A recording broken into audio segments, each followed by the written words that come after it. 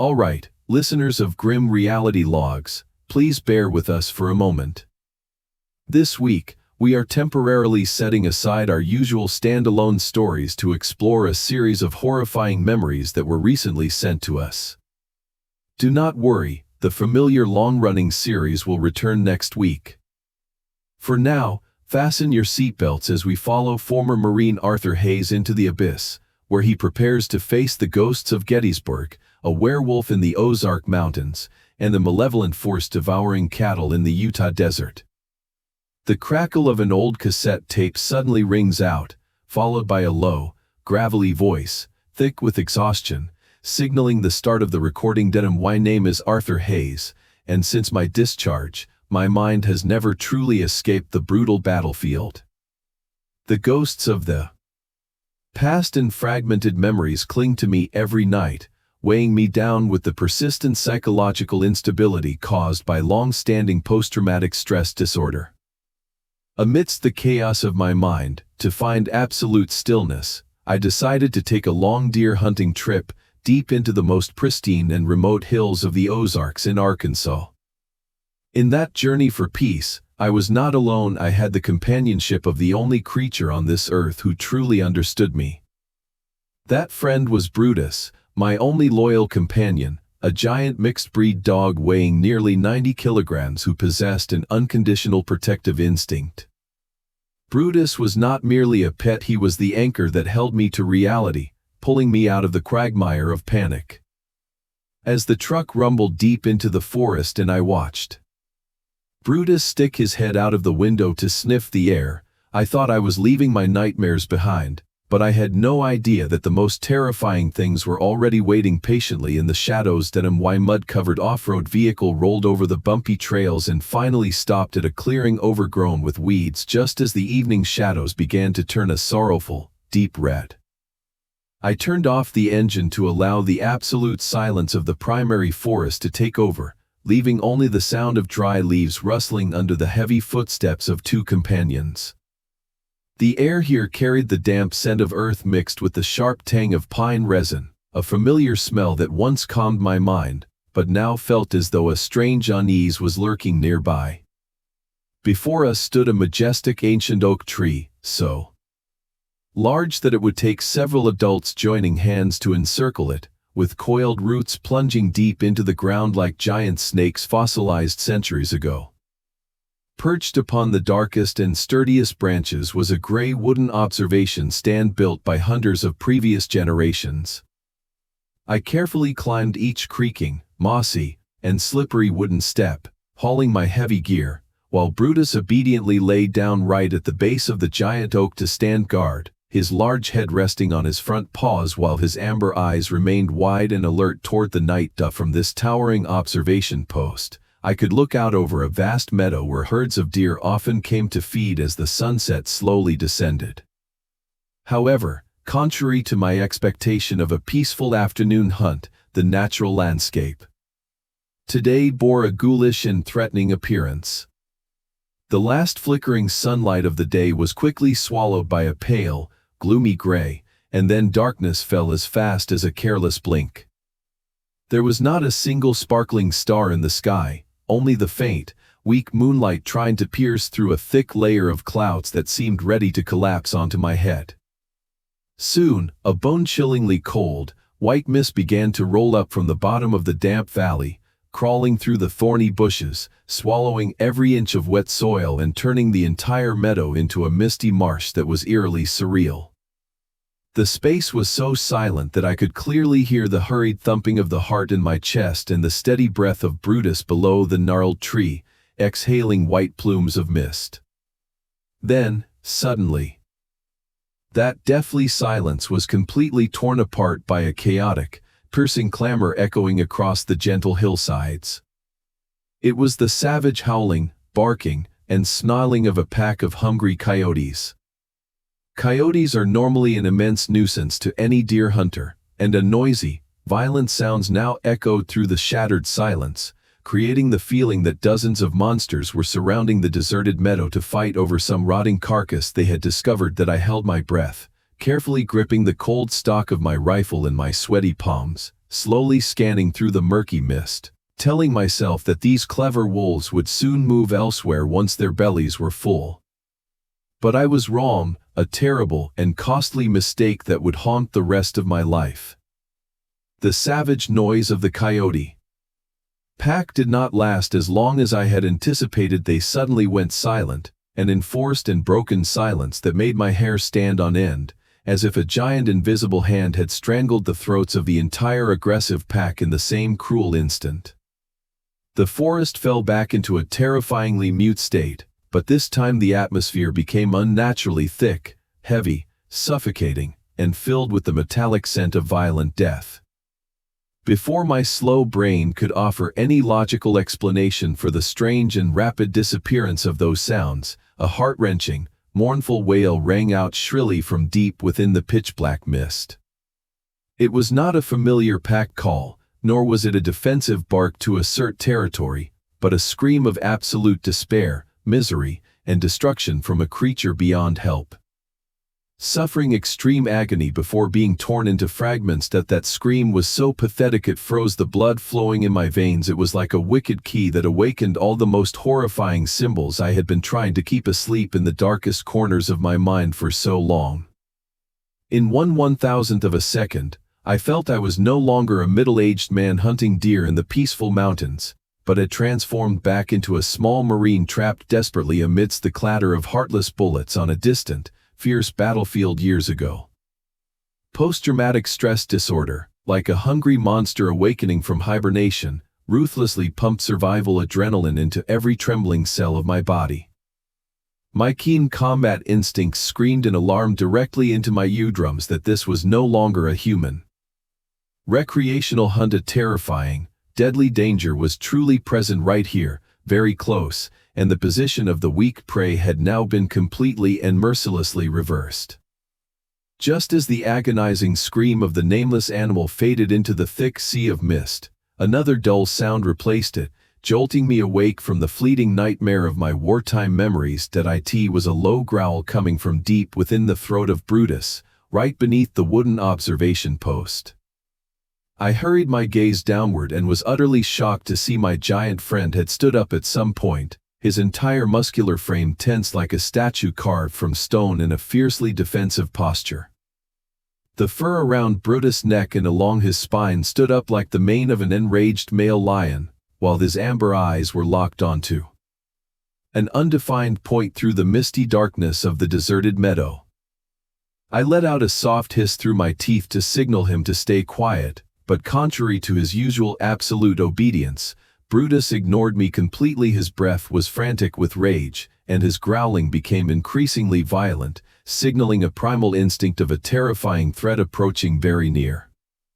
The suffocating tension quickly spread through every nerve as tight as a bowstring. I slowly lifted my specialized infrared binoculars to my eyes, carefully adjusting the focus of the lens to pierce through the pitch-black night and the cold mist to scan the knee-high grass. My heart hammered against my ribs as if it wanted to shatter my chest when the thermal screen began to display a massive, glowing heat signature moving silently toward the center of the misty meadow. My mind immediately worked at full capacity trying to find a plausible explanation. Perhaps it was just a massive black bear lost in foraging at night, or a gray wolf with an unusually large genetic mutation, even though gray wolves did not actually exist in these rugged mountains. However, as the true shape of that mysterious creature became clearer in detail under the infrared lens, all biological definitions and my firm understanding of the natural world collapsed into 1,000 jagged pieces that cut through my mind.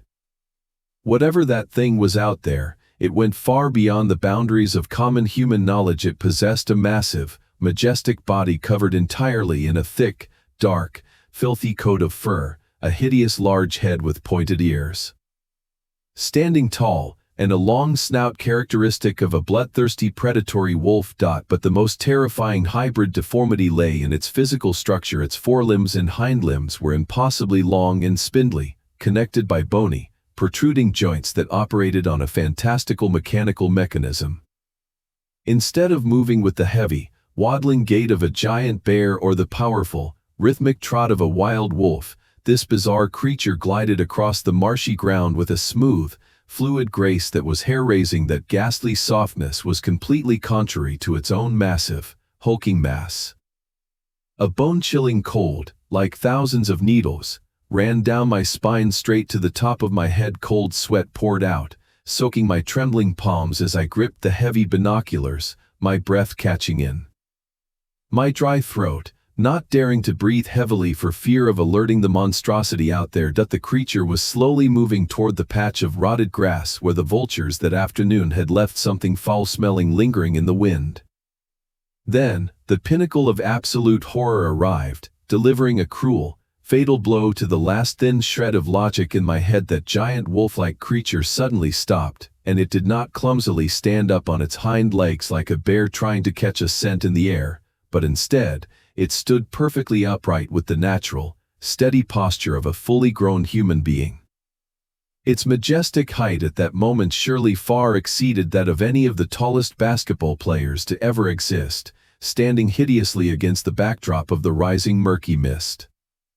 From deep within the massive chest of that nightmare creature, it tilted its furry neck toward the starless sky, opened its snout wide with jagged, yellowed fangs, and let out a mournful howl that tore at my eardrums, a malevolent sound never recorded in any zoological dictionary in the world. The demonic howl began with a low, deep tone, lingering and echoing like the powerful call of a bloodthirsty alpha wolf. But then it slowly twisted, becoming distorted and rising to shrill, sharp notes that pierced the silent night, finally ending with a high-pitched, screeching whistle like the desperate mating call of a giant bull elk. That chaotic, demonic sound echoed off the rock faces, wound through the foliage of the ancient oaks, pierced my aching eardrums, and strangled my heart, which was beating wildly with absolute terror in the infinite black night. As that ghastly howl ended, leaving a void of silence so profound it felt shattered, I tremblingly lowered the infrared binoculars and hurriedly grabbed my M400 rifle, which was already loaded. Through the specialized night vision scope, I continued to monitor every bizarre movement of that nightmare creature as it began to lower its center of gravity. Instead of placing all four limbs on the damp ground like any other wild animal, it slowly folded its long knee joints and crouched down exactly like a human lurking in the shadows. The creature sullenly approached the area where the vultures had left the rotting animal remains and began to pick up a handful of slimy meat, bringing it to its mouth to chew voraciously. With hands that had joint structures exactly like a human. That disgusting sight made my stomach churn. A wave of nausea rose to my throat, but I forced it back down, cold sweat soaking into the synthetic stock of the rifle. The squelching sound of chewing and tearing through the rotted meat was clearly audible amidst the deathly silence, mingling with the nauseating stench rising from the waterlogged meadow, making the air even more suffocating. In my heart, I desperately prayed to every deity I knew, hoping this hideous monster was merely satisfying a primal hunger and that after filling its greedy stomach with that filthy waste, it would feel satisfied and sullenly return to hide in the deep shadows of the endless old forest. Although I was once a Marine trained to face death, I had absolutely no intention of firing or provoking a creature of such overwhelming and irrational power. I only desired to survive the night in peace along with Brutus, who was growling softly beneath the observation post. But then, like a cruel joke of fate intended to push a man to a dead end with no escape, nature turned its back on me. A sudden night breeze, carrying a bone-chilling cold, brushed past my back, winding through the cracks of the rotted wooden stand, and then surged down, carrying the full warmth and distinct scent of absolute fear straight down to the meadow below. At the moment that fateful shift in the wind swept past, the bizarre creature immediately ceased all its vulgar chewing. It slowly lifted its hideous furry head, tilting its blood-drenched snout to sniff the air and analyze the strange new scent that had just appeared. Time seemed to freeze, stretching out every agonizing second as it slowly turned its neck and looked directly up at my observation stand with a pair of glowing green eyes that pierced through the thick mist, a gaze that did not carry the mindless wildness of an ordinary predator but instead contained the cruel, calculated intelligence of a human. The eerie green light from its eyes flared up like two soul-summoning will-o'-the-wisps, burning away every thin layer of courage I had forced myself to create. That the blood in my body felt as though it had frozen into sharp shards of ice, piercing my veins under that hair-raising scrutiny. I knew for certain it had discovered me, and it had seen through to the trembling heart of the small prey, desperately hiding above. The creature casually let the handful of rotten meat it was holding fall into the mud, its ghostly green gaze remaining locked onto me without wavering for even a split second.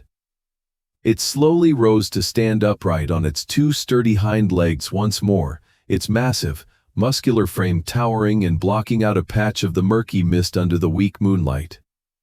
And then, with a bone-chilling cold confidence, as it slowly lifted its giant foot and took a decisive, threatening step toward the base of the ancient oak tree where I was hiding, I understood that all hope of hiding or compromise had vanished like smoke, and I had no choice but to pull the trigger of the M400 rifle pressed tightly against my trembling shoulder. That I took a deep breath, holding it to steady my chest exactly as I had been trained in the military, locking the glowing red crosshairs onto the center of the creature's muscular chest.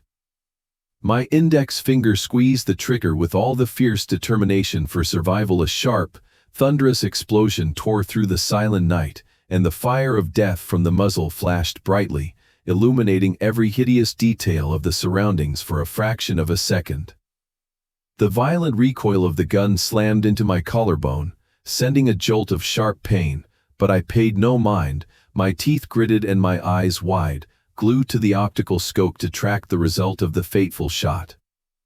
The miracle of deliverance seemed to smile upon me. The armor-piercing bullet, carrying terrible destructive power, struck perfectly in the center of the nightmare creature's massive chest, and a spray of bright blood was clearly visible through the thermal lens, blasting violently out behind its back and creating a horrific mist of blood floating in the air. And immediately the once invincible giant monster collapsed, falling face down onto the damp, barren ground with a heavy thud like a sack of wheat with a broken string. Any seasoned hunter would understand the overwhelming relief that surges in the chest when witnessing their prey collapse on the spot after a perfect shot, for it means they will not have to embark on a bloody hunt in the dark night.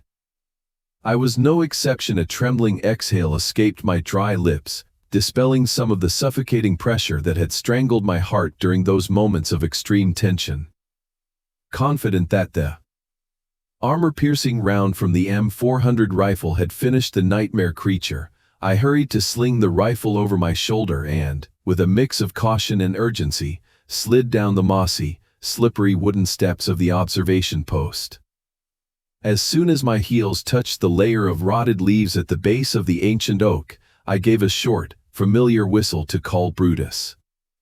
My giant, loyal friend immediately jumped up, wagging his short tail and trotting to my side, though the fur on his back was still bristling and low, cautious growls continued to rumble from deep in his throat. Together, we took cautious steps through the thick mist and water-soaked grass to approach the majestic carcass lying motionless in the clearing. As the distance closed, the pungent smell of gunpowder floating in the air was gradually overwhelmed by a nauseating, metallic stench rising from the pool of dark blood leaking from the monster's chest. Under the dim light of the crescent moon and the faint light filtering through the old forest, the hideous form of the hybrid creature between wolf and man became several times more terrifying when observed at close range. The matted fur clotted with filthy blood, the deformed, bulging muscles, and the curved claws dug deep into the earth revealed a cruel beauty of nature that humans were never meant to behold.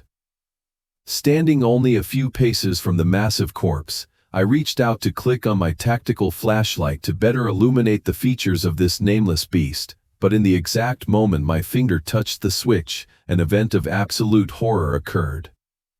Shattering all illusions of the hollow safety I had just conjured for myself, that the massive muscular frame I thought was dead suddenly convulsed, a violent jerk like the reflex of someone falling into an abyss in a dream. Before my slow brain could send a red alert signal to my motor neurons, the monster rolled with an unbelievable agility and immediately braced all four of its hideous limbs against the muddy ground. It snapped its head up, full of fangs and claws, and directed its green eyes, glowing like two ghostly will-o'-the-wisps, toward me.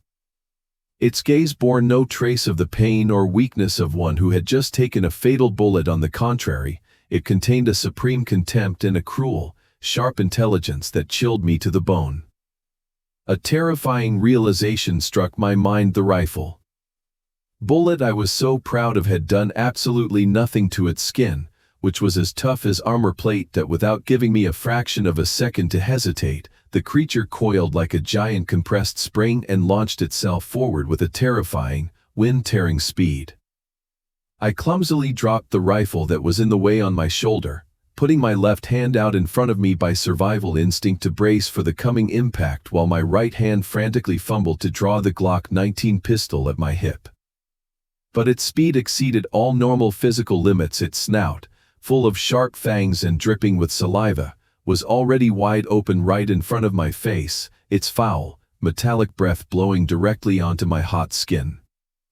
At the very moment that giant black shadow was about to snap at my throat, another massive blur suddenly streaked past the corner of my eye with the force of a torpedo. Brutus, with absolute loyalty and a protective instinct for his master that disregarded his own life, had bravely lunged from a distance and slammed his entire nearly 90-kilogram body into the monster's flank. The fierce collision made a dull thud, enough to cause the ghostly creature to lose its balance, stagger, and roll to the side.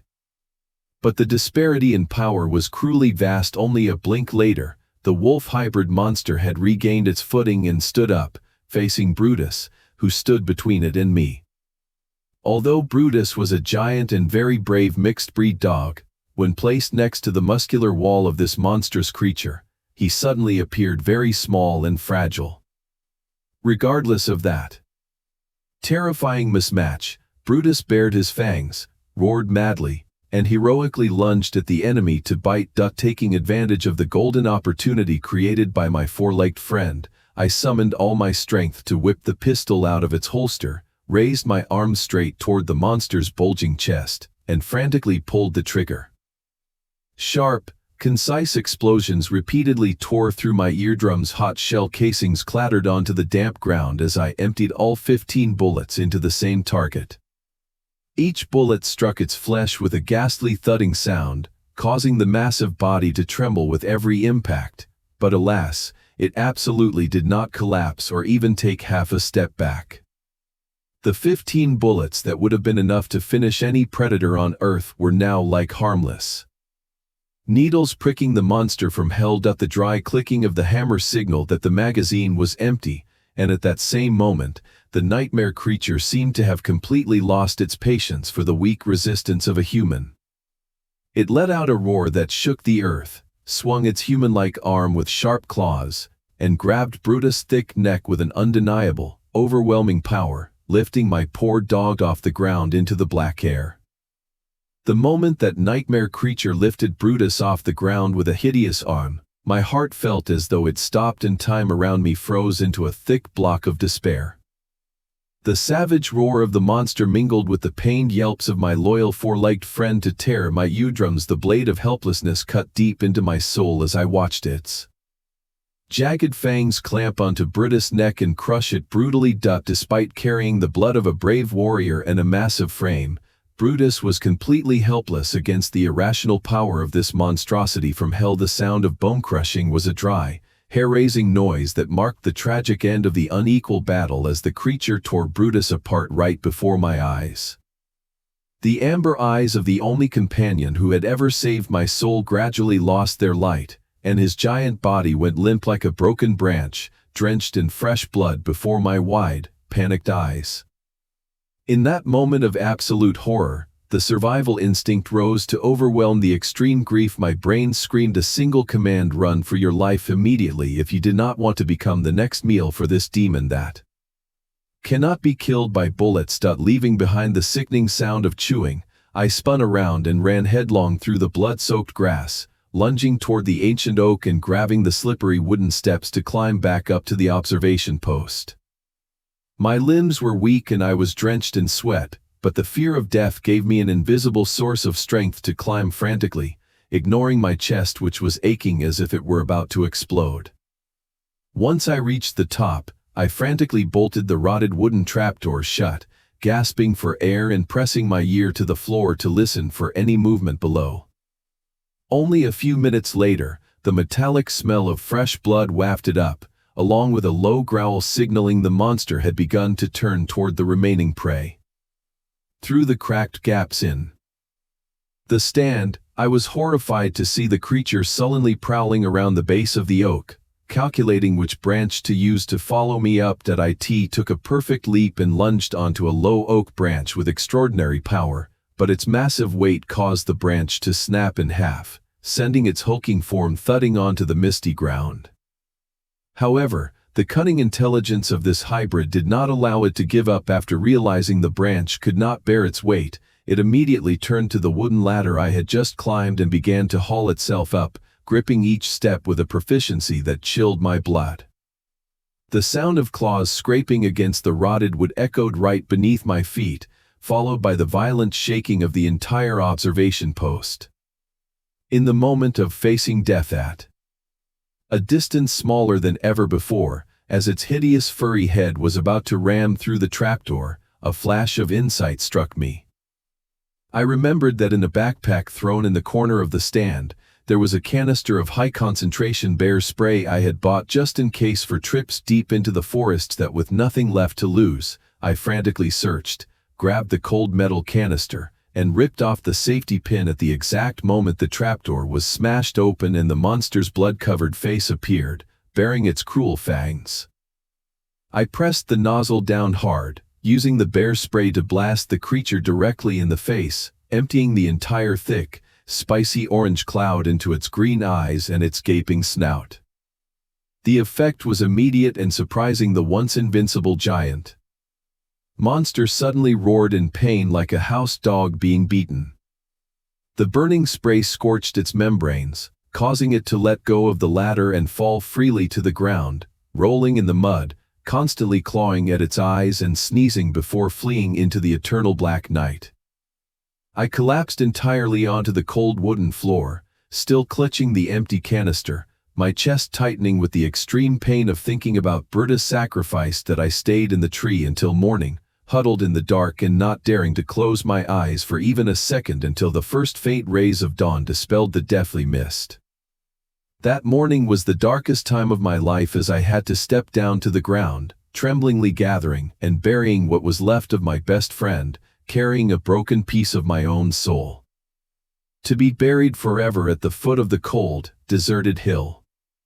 Many months passed after that fateful, blood-soaked night under the ancient oak tree, and I was completely submerged in a dark pit of depression with no escape.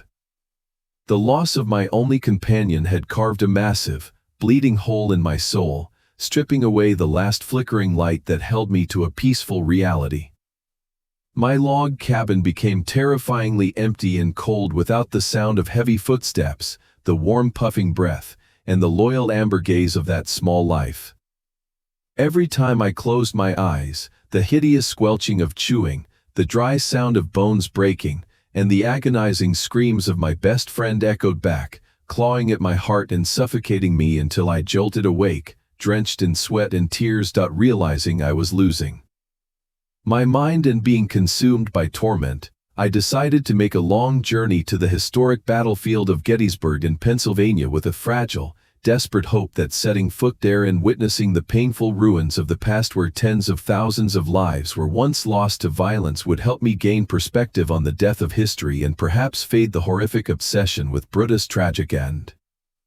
I deluded myself into thinking that the personal loss of one veteran would become small, meaningless, and easier to accept when placed alongside such a massive, bloody national tragedy. However, creation never seemed to intend to let a fractured soul like mine go, for this journey intended for healing inadvertently exposed a cruel truth and another dark curse I had not anticipated. The bloody encounter with that nightmare hybrid creature in the remote Ozarks years ago had not only stolen the life of my closest friend, but had also inadvertently shattered some invisible boundary in my mind that protected me, permanently altering my vision and how I perceived the physical world. The heavy steel door separating the mundane reality from the spiritual world, full of resentful air, seemed to have been torn open from the inside on the very night I stared into those glowing green eyes carrying a demonic intelligence. As soon as my car entered the rugged rock area known as Devil's Den, a famous site with massive boulders that were once deadly obstacles in a mass grave for many soldiers during the Civil War, a familiar, bone-chilling cold, like soaking in ice water, suddenly ran down my spine. The air here seemed to be compressed and thickened, heavy and suffocating to the point that my lungs struggled to draw in each meager breath of oxygen. The pungent smell of gunpowder and the metallic rust of fresh blood from the 19th century still seemed to linger here, hitting the sensitive sense of smell of a veteran who had tasted the scent of war. Amidst the gloomy, desolate, and hair-raising scene of the drab late afternoon, my eyes suddenly blurred and then immediately sharpened as I began to see blurred afterimages appearing clearly right in front of me. They were not flesh and blood humans, but the ghosts of a group of Union soldiers sullenly wearing ragged, dark blue uniforms stained with black blood, dragging their mangled legs to their deaths over and over. They moved with heavy, weary steps, carrying heavy, rusted rifles on their shoulders, every face gaunt, pale, and soulless like mobile mummies being pulled by an invisible evil force. That I stood frozen in place, my feet feeling as if they had taken root in the cold ground, my breath catching in my throat as I witnessed that surreal, mournful scene unfolding in broad daylight.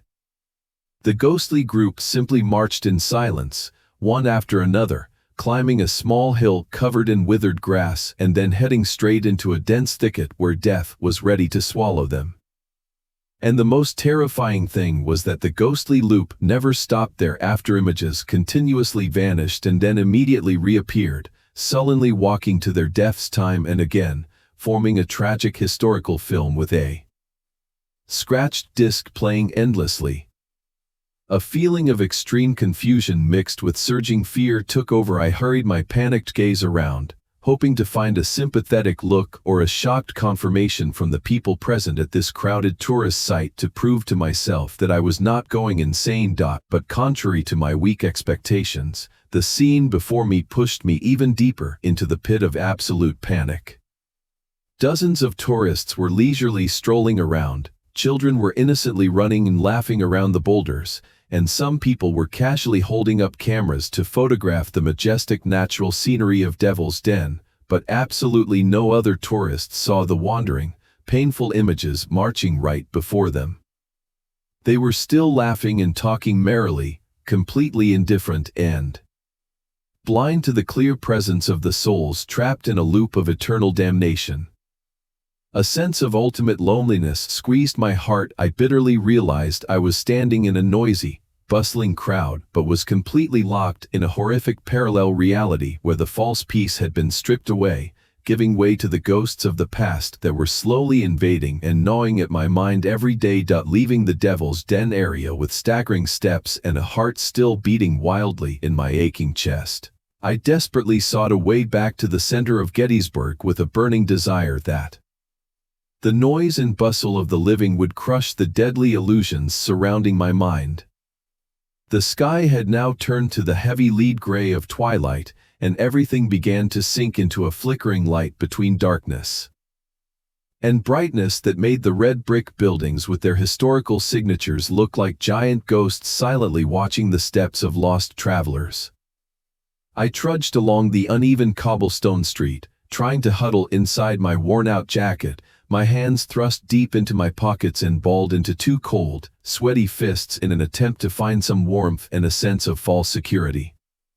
However, the bone-chilling cold did not come from the weather but radiated from the bricks themselves, the walls riddled with bullet holes from a time of bombs and smoke that still would not let me go. As I passed the Farnsworth House, a famous brick building carrying countless gruesome legends about unsettled souls that have not yet moved on. A sharp wave of cold air like a razor blade suddenly cut across my back, causing me to shiver to my very core.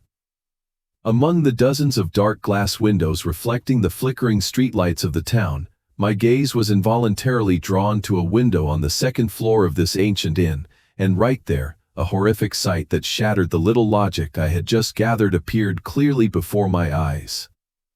Standing silently behind the dust-covered glass of time was the figure of an exceptionally tall man, wearing the expensive gray uniform characteristic of the Confederate Army forces. Completely different from the soulless, sullen afterimages walking to their deaths that I had witnessed at Devil's Den, the entity behind this window was not a recording of the past. He carried a clear consciousness, a vivid demonic presence so strong that I could smell the scent of death and the immense resentment radiating from him. Beneath a slumped hat that hid half of his pale face, the eyes of that ghost bored into me, not with a vague, aimless look, but with a deliberate look, carrying a gaze of boiling resentment, as if he wanted to eat the person in front of him alive.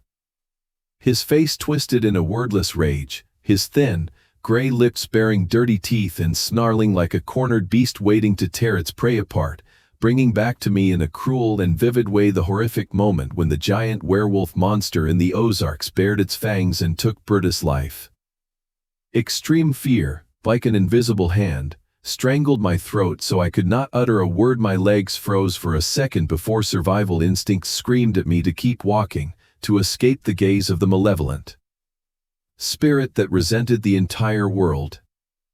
I walked quickly with my head down, my eyes fixed on the jagged paving stones, telling myself that if I did not look at him, he would disappear like a bad hallucination born from the post-traumatic stress disorder of a broken veteran. But the ghostly pull from that window was too strong, urging me to look up once more, and the cruel truth delivered a fatal blow to my mind as I realized the head of that Confederate soldier ghost was slowly turning to follow each of my footsteps.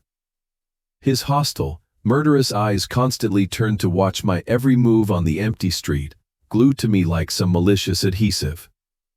No longer an observer of history's misfortune, I now bitterly and terrifyingly realized that I had become the center of attention for supernatural forces. They not only existed in their own distorted dimension but also saw me, feeling the absolute fear radiating from every pore of my body.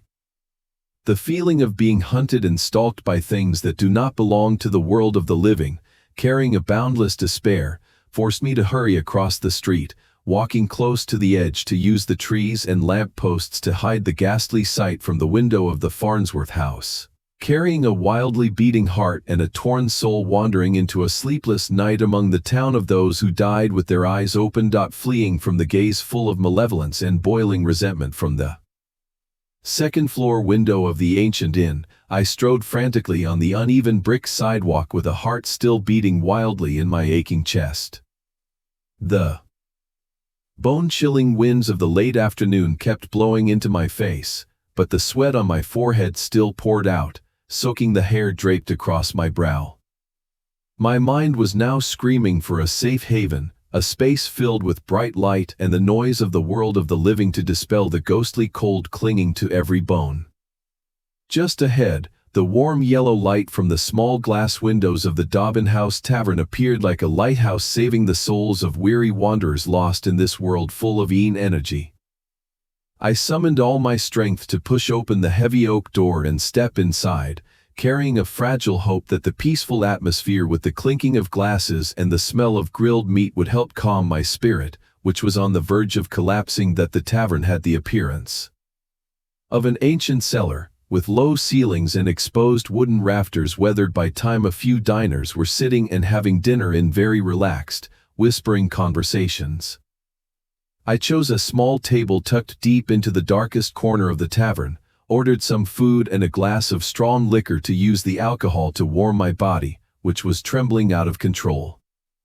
However, that false peace did not last long. Just as I raised the glass to my dry, cracked lips, the temperature around my seat suddenly dropped sharply in a strange way, as if someone had just opened the door of a giant freezer and blown it in my face. The air at my table suddenly became bone-chillingly cold, and my breath began to condense into white plumes of mist floating right before my eyes, even though the weather outside was a relatively warm and pleasant late spring or early summer evening. The flickering candle in the middle of the table began to sway violently, the small flame writhing as if trying to resist an invisible, cold life force squeezing it, and then it suddenly went out, leaving a thin, gray trail of smoke curling into the air when there was absolutely no gap for a breeze to blow in from outside. I stared blankly at the small darkness that had just descended on my table. All sense of appetite evaporated without a trace, and my stomach knotted, rejecting all worldly food and drink. Throwing some payment money onto the cold wooden table, I grabbed my jacket, stood up abruptly, and walked quickly toward the main door with the intention of escaping this cage of dark energy as soon as possible. At the exact moment I pushed the door and stepped 1 foot off the brick threshold, a physical collision that was authentic and clearly real occurred, shattering my last illusions of a materialistic world. My right shoulder collided violently with something very solid, cold, and completely invisible. The force of the impact was strong enough to make me stagger back several steps, nearly falling onto the jagged asphalt road. The empty air right in front of my nose seemed to solidify into an invisible wall of flesh carrying the smell of mold and the decay characteristic of graves buried deep under 3 inches of cold earth. I looked around in absolute panic, trying to find the figure of the person I had just bumped into, but the street in front of the tavern was deserted with not a soul in sight. At that moment, a low, sinister, and mocking chuckle rang out clearly right next to my eardrum, a bizarre sound that slid over the goosebumps on my neck as if an invisible rotting mouth was pressed right against my ear to whisper the words of a demon. That savage sound was like a thunderous slap to my brain, pulling me out of the quagmire of denying reality. Standing frozen amidst the silent night of the town filled with the souls of the dead, I panicked and grabbed my head, realizing a cruel truth to the core. I was not hallucinating or losing my mind due to the psychological trauma of a broken veteran, but the eyes of the werewolf monster in the mountains years ago had truly torn open the fragile curtain between life and death in my soul. I had now become a living, bloody antenna, a giant magnet attracting all the malevolent, resentful forces from the other world that were constantly longing for a living host to torture and gnaw on until my soul was completely broken into irrecoverable pieces. In the pitch-black night filled with the ghostly whispers of Gettysburg, I frantically turned the key to start my bulky truck and slammed on the gas, racing away like a madman fleeing from his own shadow. I fled from that land filled with the scent of death with a constant terror gripping my throat, realizing that places with a bloody history had now become deadly traps for someone with a cursed vision like mine. The car tore through the night, driving forward without stopping, crossing countless dark miles and leaving behind the ghastly illusions screaming for my life. The air inside the cab was thick with deathly silence and the smell of sweat from absolute fear. When the first pale light of dawn began to cast weak rays through the windshield, the piercing ring of the phone suddenly broke the suffocating silence, making me jump so hard I nearly lost control of the wheel. Glancing at the screen flickering with weak light, I saw it was a call from Uncle Chuck, my kind biological uncle living in a remote, arid land. In a pleading tone mixed with the exhaustion of someone with a serious illness, Uncle Chuck said he was in the hospital preparing for an emergency appendectomy and very much hoped I could help him temporarily look after the remote cattle ranch deep in the barren arms of a Utah desert. In the moment that request reached my ears, a faint light flashed through my panicked brain like a life buoy thrown into a stormy sea. The Utah deserted, desolate, dry, and barren land with almost no bloody historical footsteps ever treading upon it. A place completely devoid of ancient buildings or battlefields piled with corpses was perhaps the perfect refuge for me at this time. I hurriedly nodded in agreement to my uncle's request, telling myself and carrying a fierce, desperate belief that the extreme loneliness of the vast, sun-drenched sea of sand would create a solid natural wall completely isolating me from all the resentful spiritual phenomena constantly hunting me. I believed that the hostile ghosts of the past or bloodthirsty invisible entities could never find a way to cross tens of thousands of miles of arid desert to follow a mortal trying to bury his own existence. Changing the compass toward the west of rolling sun and wind, I began a new journey full of hope to escape the torment of the supernatural world, but the ghost of loneliness still gnawed at my soul after the tragic departure of my giant companion in the mountains of Arkansas. The vast, bleeding gap Brutus left in my heart was too large, making the space inside the truck even more empty, suffocating, and breathless to the point that I could clearly hear every throb of my own heart. Unable to bear the heart-wrenching silence for even one more mile, when passing a small, dusty roadside town, I decided to pull into a local, dilapidated animal shelter with the hope of finding a little warmth of life to warm my cold soul. Walking along the rows of cold wire mesh cages echoing with the barking and pleading for attention from dozens of abandoned animals, my weary eyes accidentally met a small life curled up trembling in a dark corner, completely opposite to the majestic size of my late friend. It was a small dog with shaggy dark brown fur covered in dust and a pair of large, round eyes containing shyness but also a deep desire to be loved and comforted. My barren heart, full of scars, suddenly softened before that innocent little creature. I decided to process the adoption papers immediately and named him Bear, as a way to ease some of the intense longing and unending torment over Britta's tragic death. The appearance of Bear on the worn leather passenger seat seemed to bring a new life force to the suffocating cab, and his tiny, steady breath calmed my nerves, which were as tight as bowstrings. Placing Bear right next to me, watching his tiny head timidly nuzzle into my arm for safety and warmth, I forced myself to give a painful, forced smile, lying to myself that all the horrific storms had truly closed behind me and these two lives carrying emotional wounds would find eternal peace. Together, we moved toward the fiery horizon of the late afternoon, heading straight to the remote, barren cattle ranch hidden in the heart of the infinite Utah desert. Not knowing that we were opening the door and heading straight into the deepest level of a hell on earth that was several times more brutal. The long journey across sun-scorched highways cutting through red rock mountains finally brought me and the little dog Bear deep into the barren territory of the fiery state of Utah. The further we got from the crowded residential areas, the more the landscape became arid and took on a majestic but terrifying beauty. Yet deep beneath that layer of swirling dust, a strange feeling of unease constantly surged in my chest. In the searing heat of the desert noon, which seemed ready to melt the paint on the roof of the truck, my weary eyes began to fixate on a very unusual and hideous sight appearing scattered along both sides of the lonely highway. Every short distance, I would see the carcasses of wild deer lying across the scorched sand, some in the process of bloating and decomposing, others just white skeletons being brutally picked over by vultures. At first, my withered brain tried to rationalize this gruesome scene by telling myself that perhaps they were victims of the tragic traffic collisions often seen on the long road, or perhaps the extreme severity of the long drought had stolen the meager water sources for survival from the wild. However, when the number of corpses counted exceeded a dozen and the foul, metallic stench of rotting meat began to seep through the ventilation system and into the suffocating cab, a wave of bone-chilling cold ran down my spine, making me shiver.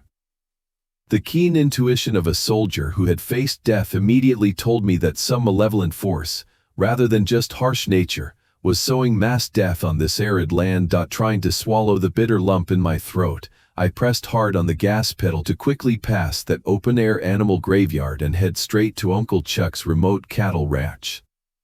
As the old truck slowly rolled through the rusted iron gate and skidded to a halt in the cracked yard, I immediately noticed a suffocating abnormality hanging over the entire deserted property.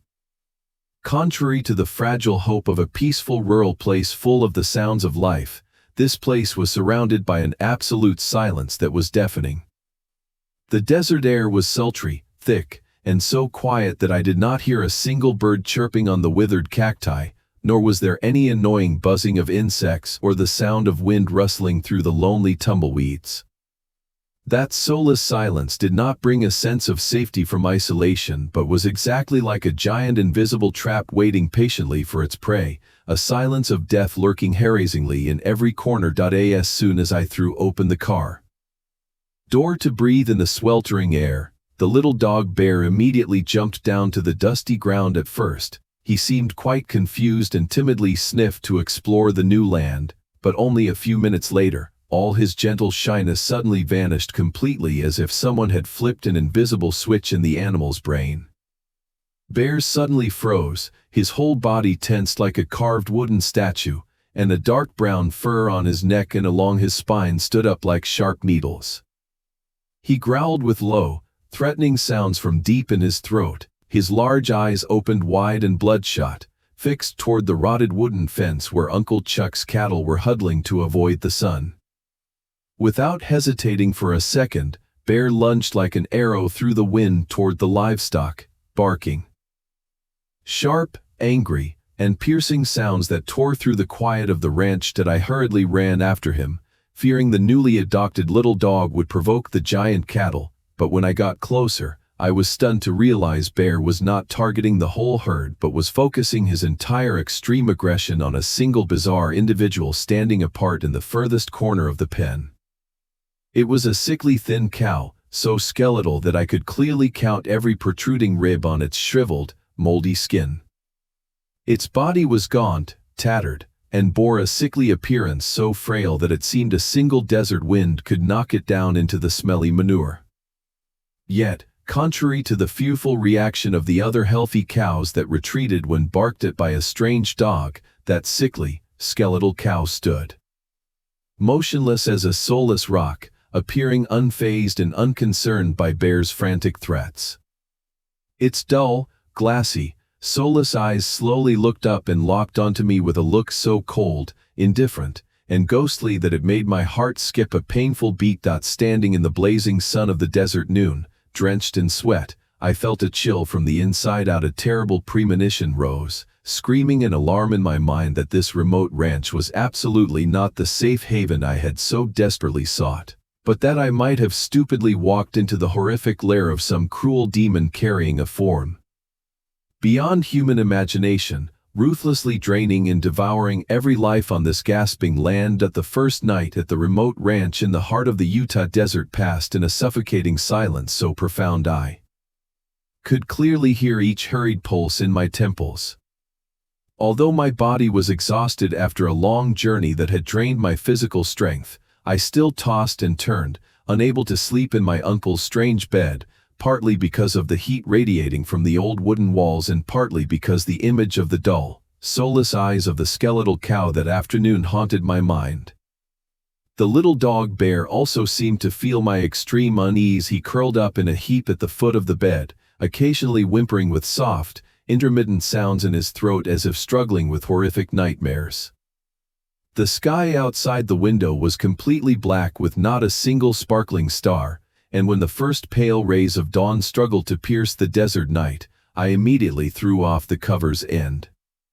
Sat up with a head heavy with ill omens. The tattered, mournful crowing of a rooster rang out from a distant corner of the yard, awakening all my weary senses submerged in exhaustion. I sluggishly put on my worn clothes, slipped into my familiar cowhide boots, and then pushed open the wooden door to step out onto the porch to begin the work of caring for the livestock according to my promise to Uncle Chuck. The desert morning air should have carried a bit of crisp cold and rare freshness, but as soon as my chest expanded to take a deep breath, a nauseating, metallic stench of waste hit my sense of smell so ruthlessly that I nearly vomited last night's dinner onto the dirt yard. The smell of thick, fresh blood mixed with the scent of manure and meat beginning to decompose created a toxic vapor that slapped my face mercilessly. By the instinct of someone who had smelled death countless times on a fierce battlefield, I immediately grabbed the pistol tucked at my hip, signaled Bear to stay back, and then ran headlong toward the cattle pen surrounded by the rotted wooden fence. The sight of hell on earth revealed before my eyes made my legs stop abruptly, and every muscle in my body froze instantly. Scattered on the cracked ground, stained with a sticky deep red, were the carcasses of 3 very large adult bulls. They had not merely died but had been savagely slaughtered with a degree of violence far beyond any imagination the human brain could hold. The bellies of all 3 giant animals had been sliced open with deep, sharp gashes that were hair-raising the entire system of. Slimy guts and organs spilled out, scattered across the dusty ground like heaps of foul-smelling biological waste. Thousands of bluebottle flies, appearing from nowhere, had already begun to swarm the open wounds dripping with fresh blood, creating a horrific buzzing sound that echoed in my tense eardrums. But what made a seasoned veteran like me truly shiver to the very core was not the pile of slimy organs, but the fatal wound on the necks of the unfortunate animals. The throats of all 3 corpses had been slit with a thin, deep, and amazingly precise cut. This perfect technique of severing the vocal cords could not have been the wild work of a mountain lion or a hungry wolf pack biting randomly. It was surely the very calculated and cruel strike of a predator possessing superior intelligence intended to completely eliminate the prey's ability to make any cry for help in the silent night. They had been killed in absolute silence right under my nose without me knowing a thing. A sense of helplessness and surging horror suffocated my lungs. I tremblingly scanned a bloody battlefield to count the remaining live cattle huddling and mooing in fear in a distant corner of the shed. And at that sensitive moment, my heart seemed to stop and the blood in my veins froze into shards of ice when my gaze accidentally struck the dark corner where the thin cow had stood the day before. It was still there, in the same spot without moving half a step. Its spindly limbs were still braced to support a thin, sickly body standing tall amidst the atmosphere filled with the scent of death. However, when I painfully swallowed my bitter saliva and took a few slow steps closer, a hideously demonic image hit my wide eyes, forcing me to bring a trembling hand to my chest because of a suffocating pain. The entire skin, fur, and muscle on the snout and face of that cow had completely vanished, peeled away down to the bone like a cruel, sick work of art by demons. No familiar grass-chewing lips remained, no thick protective skin. The only thing present before my eyes was a bare, white skull constantly dripping deep red blood onto the dry desert sand. 2 deep, black, bulging eye sockets on that bloody skull were still wide open, looking coldly and soullessly straight at me as if to pierce through my thin layer of courage, while by some bizarre, malevolent miracle contrary to all biological laws in this world, that faceless, skinless, horrific creature still stood firmly on 4 legs like a living statue stepped out of the deepest abyss of hell, lingering and challenging the last thin shred of logic in my mind. Obsessed by the horrific sight of the cow with its face peeled off down to the bloody skull still standing in the deathly stench, I had to bite my lip until it bled to pull myself out of a state of total paralysis. With the last bit of barren logic of a former Marine, I realized I could not just stand here forever in fear. I had to quickly end the extreme suffering of this poor creature and clean up the bloody battlefield before the scorching desert sun turned this place into a foul-smelling incubator of disease. I painfully backed away a few steps, turned, and ran into the suffocating shed with its rusted tin roof to get Uncle Chuck's double-barreled shotgun and some buckshot, then clumsily started the bulky, rusted tractor parked next to the workshop. The engine's loud, rhythmic chugging broke the ghostly silence of the morning, bringing me a little bit of a false sense of safety about the power of human machinery to resist the absurd. As I held the gun and drove the rattling tractor back to the cattle pens, that thin, snoutless cow seemed to have exhausted the last bit of demonic life, forcing its body to stay up. It collapsed onto the cracked ground like a wooden puppet with cut strings, ending its irrational existence without needing my heavy mercy shot. I set aside the shock surging in my chest and operated the tractor's loader to dig deep into the dry desert soil, struggling to dig a massive mass grave far from the pens to avoid contaminating the meager groundwater. Under the sweltering heat rising from the fine sand, I was drenched in sweat, which ran into my stinging eyes, mixing with the pungent stench rising from the corpses to create a disgusting experience that defeated all efforts to breathe. The little dog bear kept following behind the tractor, occasionally growling with threatening sounds and strictly keeping a safe distance from that pile of slimy meat as if it were radiating some malicious, deadly field. I began to scoop up the 3 bull corpses with their bellies sliced open and guts spilled that morning. The weight of hundreds of kilograms for each adult male animal made the tractor groan as it raised the loader high, its tires sinking into the dusty sand before dumping them into the deep pit with dull thuds that echoed in my heart. Everything was very heavy and laden with both physical and mental pressure, but the peak of absolute horror that completely crushed my materialistic perception lay in the last corpse, the corpse of the thin cow with its face peeled off that I had seen standing on 4 legs this morning. Because the loader suddenly had a hydraulic problem and could not lift smoothly, I was forced to jump down from the cab and use my bare hands and rough leather gloves, putting all my strength into an effort to roll the body of that unfortunate cow into the burial pit right next to it. However, the moment my hands pressed into the cold, shriveled skin and I tried to push, I was horrified to realize a hair-raising abnormality about the weight and structure of this bizarre corpse. Instead of being heavy and sluggish like a giant mass of meat weighing up to half a ton, the corpse was unbelievably light, like a hollow shell made of dry straw carrying no weight of life. My strong push from a muscular man set the light corpse flipping over, exposing its spotted belly to the sky, and at that moment, a long, deep gash running from the chest to the groin slowly opened wide like a giant, torn leather wallet denim. My stomach knotted violently, and a bone-chilling cold like being in a floating ice block ran down my spine as my eyes fixed on the black void inside the animal's abdominal cavity.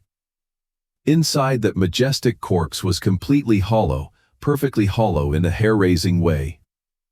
There was not a single drop of blood at the bottom, no giant stomach churning dry grass, no heaving lungs, no heart beating with life, nor any slimy internal organ that had ever existed. All that remained exposed to the light was a set of white, dry ribs attached to the thin outer skin, exactly like a bizarre costume that some creature had just peeled off and discarded on the ground after sucking out all the essence. My mind spun wildly in a mess of extreme horror and confusion, with countless unanswered questions screaming and tearing at my aching eardrums. If inside this animal had long been a hollow pit with no internal organs, no circulatory system, and no respiratory system working, then by what bizarre and malevolent miracle was this creature without a heart, lungs, or guts able to resist Earth's gravity, to stand firmly on 4 legs, even wag its tail and stare at me with its bare skull dripping blood this morning? Its challenging presence this morning was a complete paradox, trampling on every natural law, the clearest proof that what was manipulating this desert ranch was not a wild predator or a strange disease, but a dark, twisted sorcery beyond human imagination. While I was frozen, kneeling, and collapsing by the mass grave with trembling hands covered in dust, the desert noon sky, which had been blazing with sun, suddenly went dark in a very unusual way. Dark clouds carrying the anger of lightning rolled in from somewhere to hide the fiery sun, and a drop of ice-cold rain suddenly fell onto my forehead, signaling a horrific stormy night about to descend and drown everything. The storm arrived with a primal, cruel fury, turning the dry desert sky into a sea of thick black clouds swirling together as if ready to swallow the entire remote ranch. As the eternal dark night fell to hide the savage crimes of the morning, the storm officially erupted, showing its destructive power, screaming through every crack in the old wooden house. Raindrops as big as cold pebbles drummed against the rusted tin roof, creating thunderous, deafening sounds, while each strong gust of wind shrieked with mournful sounds like the cries of thousands of souls suffering in the deep abyss of hell. Suddenly, a dull explosion rang out from a nearby high-voltage pole, and the entire system of dim incandescent bulbs in the house flickered wildly and then went out completely, plunging me and the little dog bear into a pitch-black darkness that could not be seen through for even a hand's span. The temperature dropped drastically, and the suffocating atmosphere, filled with the smell of mold, made every broken breath tear at my chest, which was heaving with fear that I fumbled with uncertain steps in the dark, searching for the cold double-barreled shotgun I had temporarily leaned against the window corner that afternoon, sweat pouring out like rain and mixing with the damp mist coming through each cracked wooden board. At the moment I pulled back the ragged cloth curtain to peek out at the muddy yard, a giant flash of lightning, in the shape of a ghostly tree root, tore through the night sky and lit up a vast area in a short instant. And in that fraction of a second illuminated by the pale electromagnetic light, a horrific sight appeared clearly in the corner of the cattle shed, shattering all limits of my tense nerves. Through the curtain of torrential rain, I saw a large black shadow looming over a live, innocent cow. The bizarre shadow used a hideous forelimb to grab the poor animal's head and jerk it back, exposing the weak throat, and then with a movement as practiced as it was cruel, it slit a deep gash across the prey's throat, causing the dark red blood to gush violently and mix with the cold rain. Hot blood boiled in my veins. The instinct to protect territory and the anger at the savage crime overwhelmed all my weak fear.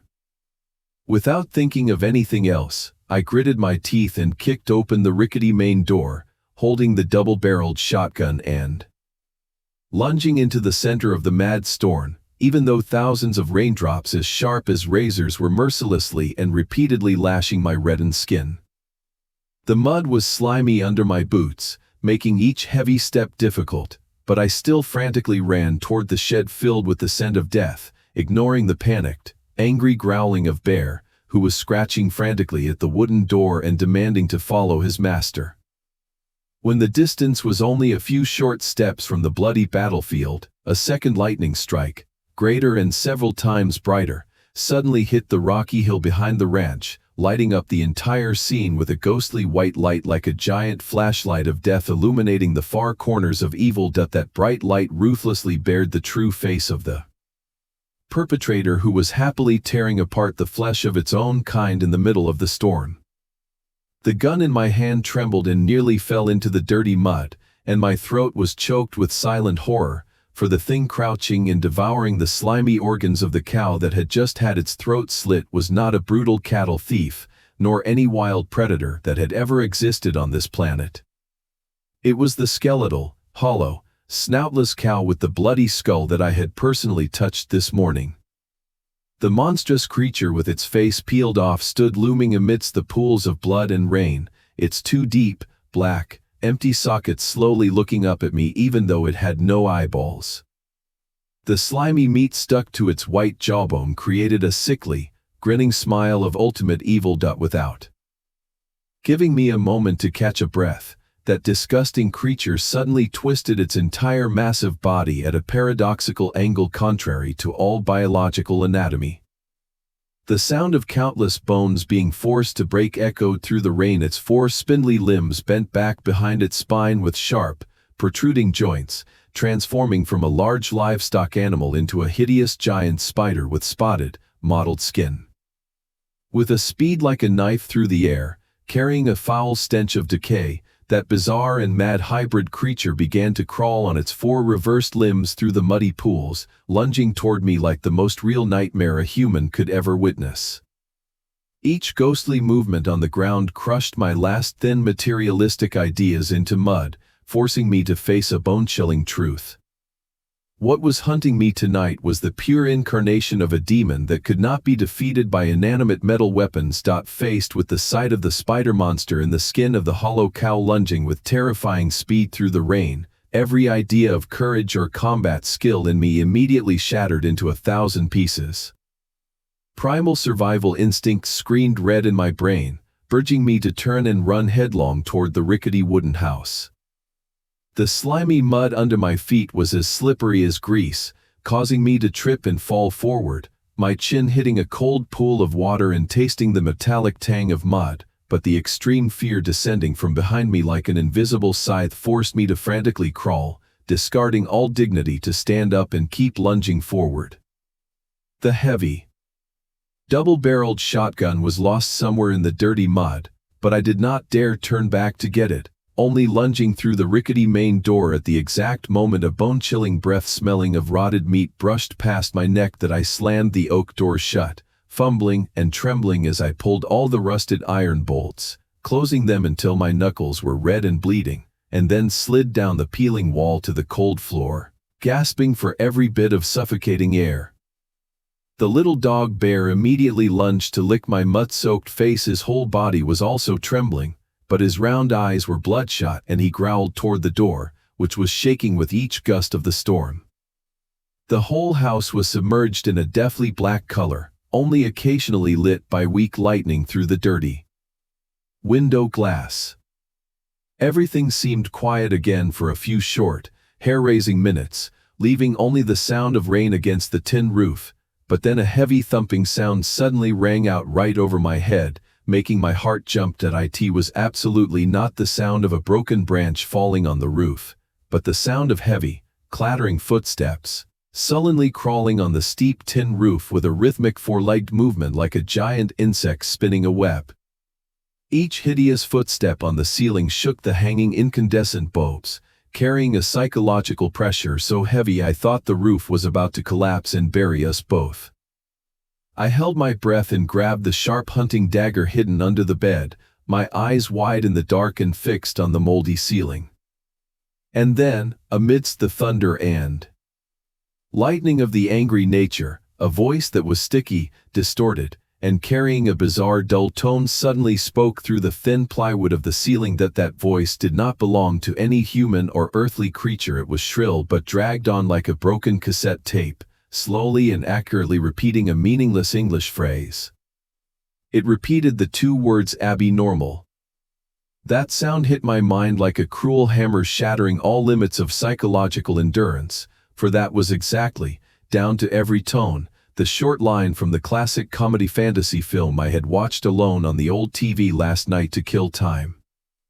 The thing on the roof was not just a bloodthirsty undead monster, but a demonic entity carrying a cunning intelligence. It had been lurking in the shadows, watching my every move for a long time, copying human language to play with and mentally torture its prey before delivering the final blow. Panic gave way to a feeling of cold despair, but at that darkest moment, the little dog bear proved a hero's courage far beyond his small size. Recognizing the extreme threat directed at his master, Bear barked a sequence of mad, unprecedented anger, his sharp, furious sounds tearing through the suffocating silence of the house. He did not retreat in fear but lunged forward with all the violence of territorial instinct. His small body flew through the air like a Brownford bullet, lunging straight through the thin glass of the closed window. A thunderous crash of glass rang out in the night as countless shards flew like a rain of daggers through the air. Bear had bravely taken his scarred and bleeding body into the storm to fight to the death with the hideous hybrid creature lurking outside to protect his master's life. The rest of that horrific stormy night passed in prolonged mental torture as I huddled in a dark corner of the living room, clutching the sharp dagger, my ears straining to listen for ghastly sounds, but the only response was the wind screaming through the shattered window. When the first pale morning light of the new day struggled through the gray clouds, giving way to a desert morning so quiet it was suffocating, the storm finally retreated, leaving the ranch in ruins. With steps as heavy as lead after a sleepless night that had drained both body and soul, I pushed open the wooden door to step out onto the porch covered in mud, carefully picking up the pistol at my hip because the shotgun had been left in the mud outside. The air carried a scent of wet earth mixed with the familiar metallic tang that choked my throat. I began to follow the shards of glass scattered on the cracked ground to find some small sign of Bear's survival. My heart kept thudding with desperate rhythms as I called the little dog's name with a raspy, trembling voice, but the vast desert only returned silent echoes. Following the chaotic scratches in the slimy ground leading behind the shed, my legs suddenly froze when my gaze struck a cruel sight that killed all final hope. Lying in a pool of dark red mud only a few dozen steps from the wall was a pile of slimy, mangled, and bloody internal organs swarming with flies. No bones, no skin, only the mangled guts, thrown back like the waste of a savage meal. Though I did not want to believe the bloody truth, the intuition of one who had faced death told me that those were the remains of Bear, the innocent little soul who had died to protect me. Extreme pain mixed with surging guilt tore at my heart. I collapsed onto my knees in the dirty mud, my hands covering my face as I sobbed with bitter gasps. History had repeated itself, dragging me to the bottom of the abyss of despair. I had lost another loyal companion in the most brutal way without being able to stop it. Ignoring the buzzing of the flies, I walked back to the gloomy wooden house like a soulless corpse, locked all the doors, huddled in a dark corner, and let a long day pass in silent torment. As the fiery sun of the desert slowly sank behind the rock mountains to the west, turning the sky deep red, shadows once again crawled into every corner of the room, carrying a familiar bone-chilling cold. Submerged in a drunkenness of strong liquor to hide from the cruel reality, my keen hearing caught a very small rustling sound from the porch. At first, I ignored it, telling myself it was just the wind blowing tumbleweeds against the wall, but then a low, whimpering moan rang out clearly, awakening all my senses. It was a tone so familiar it made my heart skip a beat. It was the specific sound Bear made when he wanted to be let into the house. Unable to believe what I heard, I staggered and dropped the empty bottle on the floor, hurried to the main door, ripped back the rusted bolt, and pulled the door open to the silent night. Flickering light from the single bulb on the porch, a surreal miracle appeared. The little dog Bear was sitting obediently on the rotted wooden steps, his small head tilted to the side as if no bloody battle had ever happened last night. Extreme joy washed away all doubt and fear. I discarded all defense, knelt down, and threw my arms around that dear little form with tears streaming down my cheeks. However, in the instant my skin touched the animal's body, a wave of cold as icy as a 1,000-year-old glacier from hell traveled through my clothes and into my heart, freezing my entire circulatory system. The feeling in my arms was not of a warm life breathing, but was impossibly light, hollow, and dry, like clutching a pile of withered autumn leaves carrying no weight of flesh or blood. Terrified, I pushed Bear away slightly to see clearly, and the reality around me collapsed into pieces. Under the weak yellow light, Bear's shaggy dark brown fur was as stiff as synthetic fiber and stuck with dry mud. His round eyes that once held life were now dilated and a soulless, cold white, fixed on me without a blink. My trembling hand dared to touch the animal's thin chest, searching for any movement of life, but there was only deathly silence. No heartbeat, no breath from the snout held open at a bizarre angle. A horrific realization delivered a fatal blow to my last mental defenses. The dog sitting before me was not Bear. He was no longer the brave little friend who had lunged into the night, but was merely a perfect pelt, a cruel hollow shell manipulated by the same demonic sorcery that had slaughtered the cattle that morning. A cruel drama intended to cross the final defensive line and enter my home. Even at the brink of absolute madness, the post-traumatic stress disorder from my military days once again rose to create a cruel curtain of lies to protect the thin, tattered remains of my logic. Instead of throwing that demonic shell back into the night and fleeing the cursed ranch, my overloaded brain forced me to deny the bloody reality before me. I lied to myself with the most hollow, mad logic, telling myself through tears that Bear was just exhausted from a long night of fighting death and that his cold, light body and soulless white eyes were just the result of severe dehydration and extreme panic for a small creature. So, with hands trembling like dry sticks in a storm, I hugged that shriveled, deformed corpse to my chest, which was beating with painful throbs, and sluggishly walked back to the bedroom smelling of mold, carefully placing him on the ragged wool rug next to the bed. I locked the room with several heavy iron bolts to keep out all the evil from the desert, threw myself on the bed, and pulled the thin blanket over my head, trying to bury my fear in a fitful sleep full of nightmares to avoid reality. However, no matter how stubborn my denial, it could not chase away the ghostly darkness that was already inside this sealed room. In the middle of the night, I suddenly jolted awake because of a bone-chilling cold, like being in a bloody ice cellar, traveling through the thin blanket to my spine.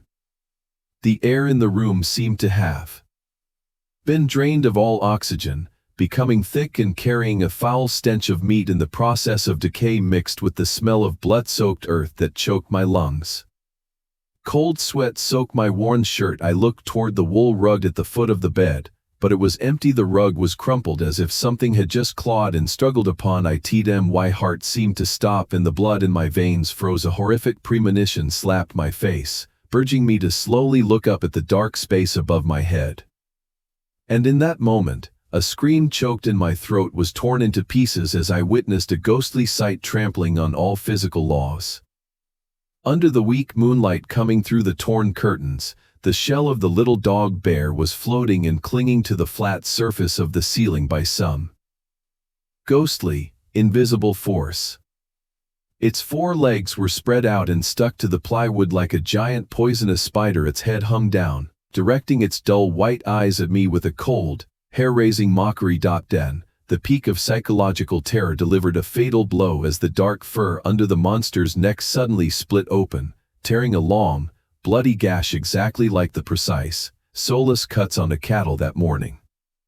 From within that deep, dark, foul-smelling crack like a door to hell, a squelching sound of flesh rubbing together rang out, and then 2 pale, impossibly long, skeletal human hands slowly reached out. Those hideous hands, full of dirty claws stained with dark blood and dripping with foul slime, slowly reached down, the spindly fingers coiling and twisting as if they were clawing and hungry to grab my body, which was frozen with fear on the sweat-soaked bed. That surreal, brutal scene locked me in a cage of extreme terror. Every cell in my body was frozen by a primal fear, and my bloodshot eyes did not dare to blink, for I knew that with one small mistake, those pale, demonic hands would immediately lunge down to tear open my chest and rip out my heart according to the cruel way they had ended every life on this bloody ranch. Yes, those pale, skeletal human hands reached down to touch the edge of the blanket. The bizarre creature in bear's pelts suddenly let go of the ceiling and lunged down, pinning my chest with an irrational weight like a 1,000-year-old rock falling from a cliff. The violent impact forced all the oxygen out of my lungs, and my throat tasted the metallic tang of death and the foul decay from the dry skin pressed against my face. I struggled frantically. In vain my trembling hands tried to push the disgusting shadow away, but its long, slimy fingers with claws had already squeezed my throat, stealing the last bit of air. At that moment, a torture more brutal than death began to explode, breaking the deathly silence of the bedroom. From within the bloody crack in the monster's neck, a series of piercing, distorted, and ghostly sounds rang out against the 4 plywood walls. It was not the roar of a demon, but a perfect spiritual recording, down to every detail, of the moment Bear was truly torn apart on that stormy night. The room was filled with frantic barking, whimpering cries for help, and the dry sound of bones breaking mixed with the squelching of meat being torn. That malevolent monster was replaying the death tape of my late little friend as a cruel mental torture tool, forcing me to experience the extreme pain and guilt until my logic completely shattered. The sound was sticky, rising and falling, occasionally crackling like a faulty cassette tape, but its presence was so real I felt I was standing in the pool of blood outside the shed again. That I and the delirium of despair and the pain of suffocation, a final survival strength of a former Marine, suddenly burned in my chest. With an extraordinary effort beyond the limits of a middle-aged man, I reached out and grabbed the heavy oak stool sitting right next to the bed. Putting all my strength and hatred into my trembling arms, I swung the stool and hit the dry skull of the creature on top of me with a thunderous blow. The collision made a thudding sound, enough to send the monster and its hollow shell rolling into a dark corner. Without giving death a second to recover, I ignored the pain in my throat, jumped out of bed, and ran frantically into the living room, my vision blurred by tears and sweat. That among the mess of broken bottles and glass from the night before, my sweaty hands frantically fumbled on the rough wooden table and finally touched the cold truck keys. I grabbed the keys and, without time for boots or a jacket, lunged for the door in only my thin clothes. My trembling hands fumbled with the rusted bolts I had so carefully closed, each second feeling like an eternity as the sinister chuckling and the sounds of death began to rise. Behind me again. As soon as the oak door opened slightly, I used my whole weight to push out into the silent, cold desert night. My bare feet stepped on the cracked sand and thorny cacti, causing sharp pain, but I ignored it and ran headlong toward the truck parked in the vast clearing. As the weak light of dawn began to appear, I threw myself into the cab of the old truck, my hands trembling so much I nearly dropped the keys into the fine Utah sand. My heart thundered in my eardrums as I fumbled to put the key in the ignition and turned it with all my strength. The engine groaned and then finally started in the suffocating silence of dawn. I did not even close the door before slamming on the gas, making the wheels spin on the slimy ground and throwing up a cloud of dust that mixed with the storm's remains to hide the rear of the truck. The truck raced down the narrow trail away from the cursed ranch, leaving behind the gloomy house and the bloody memories of the little friend who was brutally killed. I gasped for the hot air, my eyes wide and fixed on the rocky trail ahead, but I was still terrified of the creature in bear's skin lurking in the dark. When the truck had traveled a fair distance and reached the edge of the Red Rock Plains in the weak dawn light, I looked in the rearview mirror with a fragile hope of seeing peace behind me. However, the cruel reality once again delivered a fatal blow to my tattered mind, making all my efforts to escape meaningless. The figure of the little dog sitting on the porch had vanished, and instead, from within the flickering shadows of the desert dawn, a ghostly entity was chasing the truck at a speed impossible for any living creature on Earth. It was absolutely not a beast or an undead monster, but a naked old witch with pale skin as gray as a corpse buried long ago. Her shriveled body, wrinkled like old bark, was painted with ghostly symbols and twisted shapes in fresh blood that was still dripping and turning to black scales in the desert heat. She moved on all four limbs with twisted, bony joints, each of her leaps carrying a demonic power that closed the gap with the fast truck in just a few breaths. The peak of the horror that made my blood freeze was what sat upon the head of that witch. She was wearing the complete pelt of the little dog bear on her head. His snout was pulled to cover her forehead, while his legs hung down her shoulders like a bizarre fur hat made from ultimate cruelty. The witch's white eyes, without pupils, looked through the empty eye sockets of the dog's skin, locking onto me in the mirror with a look of eternal curse and a sick joy at seeing a prey struggle. That surreal, bloody sight was like a sharp knife cutting through the last bit of logic I had gathered all night. The extreme pain for Bear's sacrifice mixed with the primal fear of things not of this world made my hands go limp on the wheel. I no longer heard the engine roaring or the wind through the broken window, but only the sinister chuckling in the pained whimpering of Bear coming from the witch's distorted throat. In the panic and loss of direction before the demon, I did not realize the trail ahead turned a sharp corner between two narrow rocks. The heavy truck lost control, the wheels sliding on the fine sand until the vehicle spun sideways and hit a giant sandstone boulder blocking the path. A thunderous crash tore through the desert dawn. The airbag deployed and glass shards cut my skin before a thick blackness swallowed my consciousness and I passed out. I woke up amidst the steady beeping of machines and the smell of disinfectant instead of the horrific death scent of the Utah desert. The bright light of the emergency room hurt my eyes, and when I saw the worried face of Uncle Chuck sitting by the bed, a wave of emotion made me nearly tell him the truth about the witch and the hollow dog courts. However, the fear of being seen as a madman and the vision of being locked in a mental hospital choked my words, forcing me to weave a clumsy lie that I had been attacked by a giant mountain lion, causing me to lose control.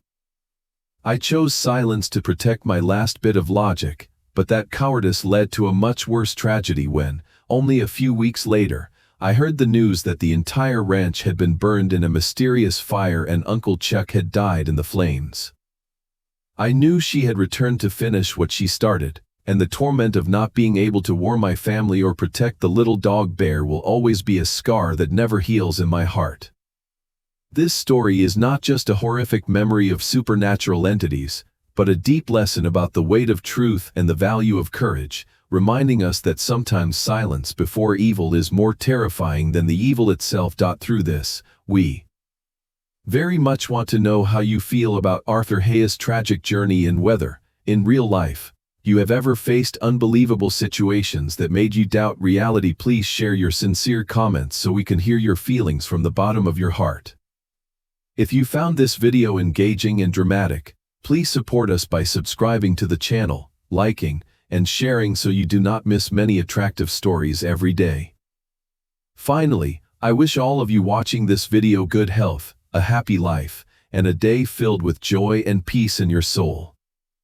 Thank you for always accompanying us. Goodbye and see you in the next videos.